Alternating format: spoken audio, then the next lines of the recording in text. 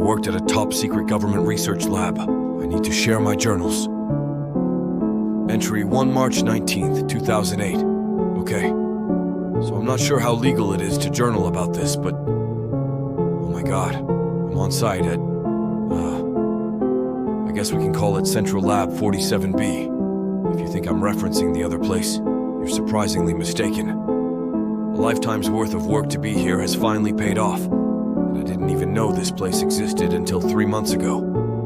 Though, I guess the previous 5 years of prep should have given me an idea that something like this would exist. Still, I don't think 50 years could have fully prepared me for what I'm helping to support. It's funny. So many times, I've questioned if my sacrifices were worth it to be in a place like this. Deep down, the answer had always been a resounding no. I was driven forward more by the desire to see what was on the other side. But now, it's almost laughable that that was ever a question in my mind. Either way, my team seems competent enough. Morrison, our laboratory's leading director, has been involved with projects like this for the past 3 decades. And hey, if a guy could keep operations like this running with Stone Age tech, then who am I to question his methods? On top of that, he's a great guy to work around. It's always helpful when a good director is the type of guy you'd have a beer with. Despite the work, the lab is a pleasant place. People freely crack jokes, talk about family on the outside, and reference memes from our not-so-allowed servers that connect us to the outside. I can't wait to see everything this place has in store for us. I'm certain we'll accomplish great things. Entry 2 July 4th, 2008. Happy 4th. To who? Who cares? It goes without saying that in this line of work, federal holidays mean all of Jack and Shittick here. The project takes precedence over all manner of holidays, leaves of absence, or workers' rights. Try suing the federal government over a top-secret project because you didn't get enough minutes for your lunch break. Ha. Anyway, coincidentally, Morrison is a big 4th of July guy. He assured us that riding our asses for the past 3 months was only so that we could get this one day off and have an authentic American barbecue.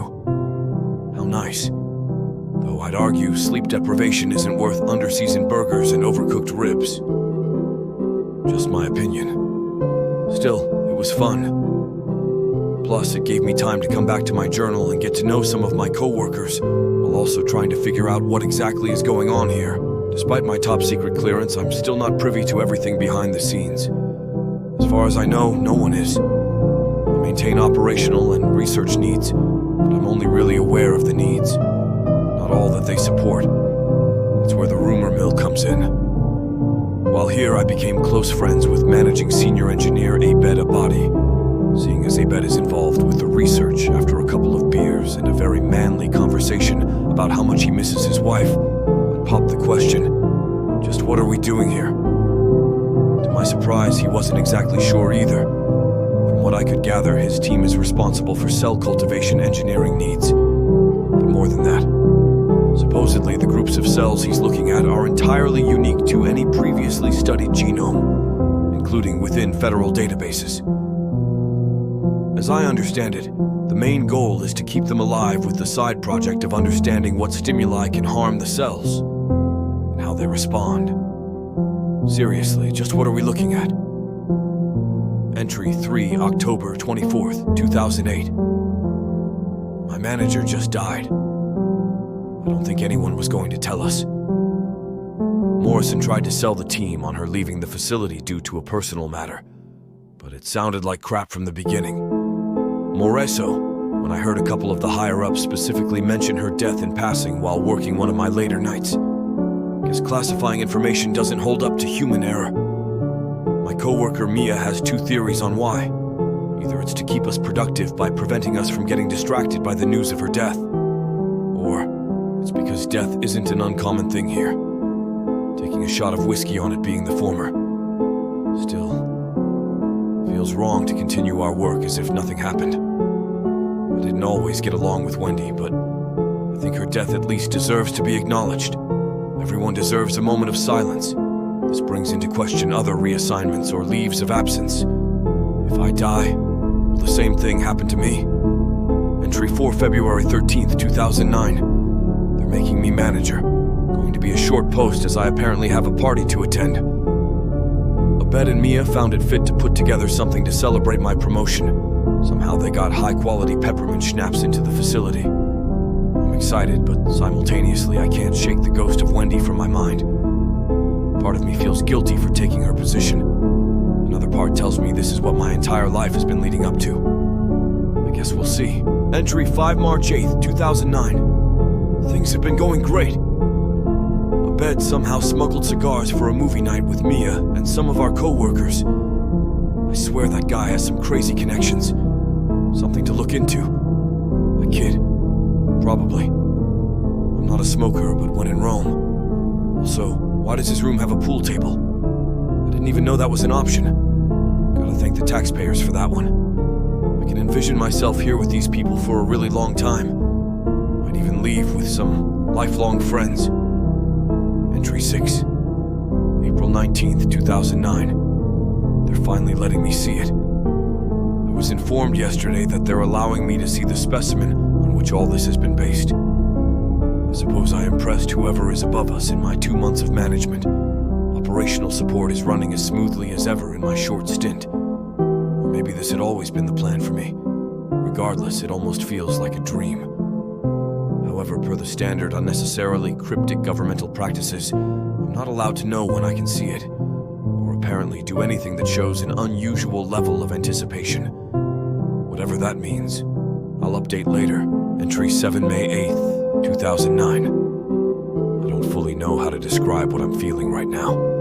I can't fully remember if I was driven to a different location or walked somewhere within Central Lab 47B. All I can remember is being injected with something, having a bag placed over my head, and then coming into consciousness in a lab. At the center of a hodgepodge of wiring, tubes, and screens was a large tank. Within it was what looked like a pale, amorphous blob.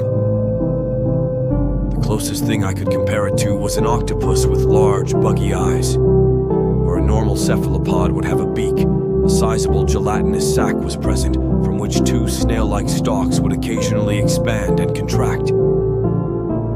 At the end of each tentacle were flexible digits that tirelessly explored their transparent prison. Intermittently, it'd flash brilliant colors. An electronic cadence would sometimes follow, and an iridescent skin flap with tiny, intricate patterns would extend from its cranium.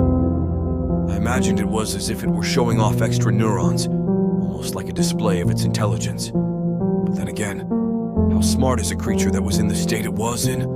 Noticeably, a significant amount of gray slime seemed to have accumulated at the bottom of its tank. It didn't look like a lifeless mucus, but more like fungi or a slime mold. It would spit these rigid structures from its stalks that would quickly find their way to the tank's edges before disintegrating and settling at the bottom. Supposedly these would build up and routinely need cleaning, but they were fascinating nonetheless. As I sat there observing, Morrison was beside me. Given his position, I assumed he'd seen this thing countless times, and even still he appeared spellbound by the specimen. It was almost as if he was in a trance. But how could I blame him? What we were observing was fascinating, something entirely new for our species. Before I knew it, I was rushed out and debriefed on the situation. It was found in the depths of our oceans, so they say. Apparently scientists using an unmanned drone caught another one of its kind, giving birth to the creature we have here. Or rather, it gave birth to a lot of eggs, and this is one of the few that survived. The parent was caught later on. After various forms of genetic analysis on top of other tests, the original research team discovered that it contained a very minuscule genetic relation to any known animal on Earth. And even then, it would suggest a very basic shared genetic connection that predates the formation of our planet. That's when the federal government stepped in. Still, all this effort over the identification of animal? I wish I was naive enough to believe there wasn't much more to what they found. Entry 8, June 29th, 2009. There's a weird vibe in the lab lately. What was once a place of passionate folks who were all too happy to have a conversation has turned surprisingly cold. I don't really get it. We're all stuck here together, isolated from the rest of the world. Leaning on each other was the only thing keeping us sane. And now people kind of keep their heads down.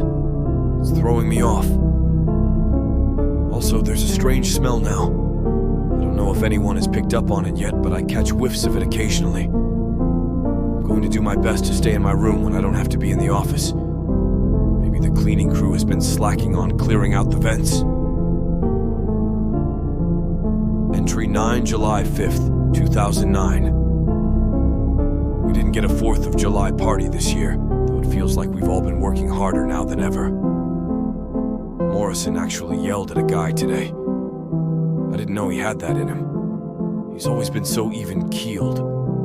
I've seen some guys mess up pretty badly in the past, and his first reaction has always been, "It's okay. How can we do better next time?" I feel bad. I mean, he really tore into the poor bastard. Thankfully, Abed and Mia seem to be okay from all of this. Abed's been busier as research needs have ramped up, but I was able to talk to Mia alone for a bit.